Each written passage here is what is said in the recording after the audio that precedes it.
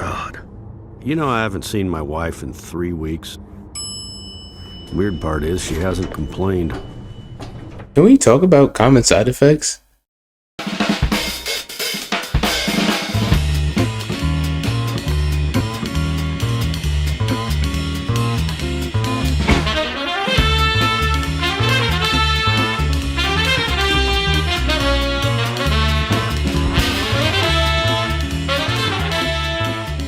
Start off, one thing I would be remiss in not mentioning is the very deliberateness of the series. These character models that are very Adultswim, we'll say, right? Like a lot of shows in the last 10 years, 20 years have looked like this, but for all intents and purposes, Common Side Effects is a relatively grounded world. Like in another universe, this could absolutely be an HBO Prestige series.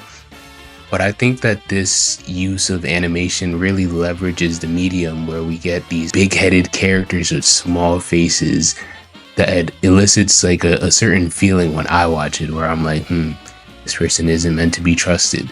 The characters in their designs are very grungy. Grungy is the word for it, yes.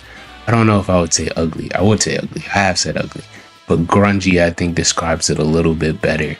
And I think it really juxtaposes beautifully with these gorgeous backdrops, these very, very psychedelic backgrounds that they'll do from time to time that really elicits the point that, like, hey, like, this is a grounded universe with very fantastical elements. And of course, we can't talk about Common Side Effects without talking about our leading man, Marshall Clouseau. Marshall is such a likable character. Like it's very, very easy for you to root for a guy like him. You know, there's often like little things where you just see like he just really has a lot of humanity to him. There's like one scene in the first episode where he like flips a beetle back onto its legs so that it can keep moving, and I was like, that's such a little beautiful character detail. Again, one that I think works better in animation.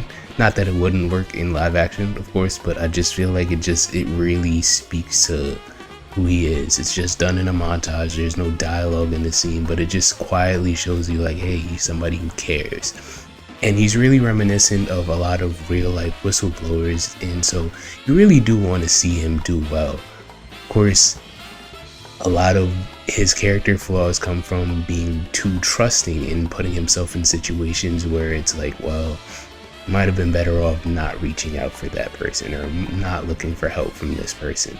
And again, I think that just does a great job in keeping the show very enthralling and keeping you engaged. While we're talking about characters, Capono and Harrington. I love them. You know, I didn't think I would at first, honestly. I was like getting like Tarantino dialogue vibes, which that's not a bad thing at all. They definitely gave me Vincent and Jules kind of relationship, and I didn't think I was gonna buy it, and I do slowly, episode by episode. I'm wanting to see them succeed. I'm wanting to see them dig the pieces and come to the conclusion that we as an audience kind of already are. But also, I don't think that they're gonna, I don't know, I feel like one of them's gonna die. Maybe that's the Pulp Fiction side of my brain looking at these two characters, and I'm thinking like, I don't think that both of them are gonna be around for too long.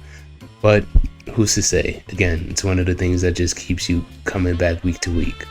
All in all, I think Adultswim has a banger on their hands. And I really want more people to know about this series, hence why you're watching this. And by the way, thank you for your time. If you are watching this, feel free to like, subscribe, you know, the whole shebang.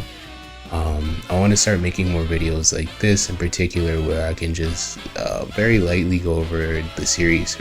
As I'm recording this right now, this is, I think we're like episode 6 is going to be coming out.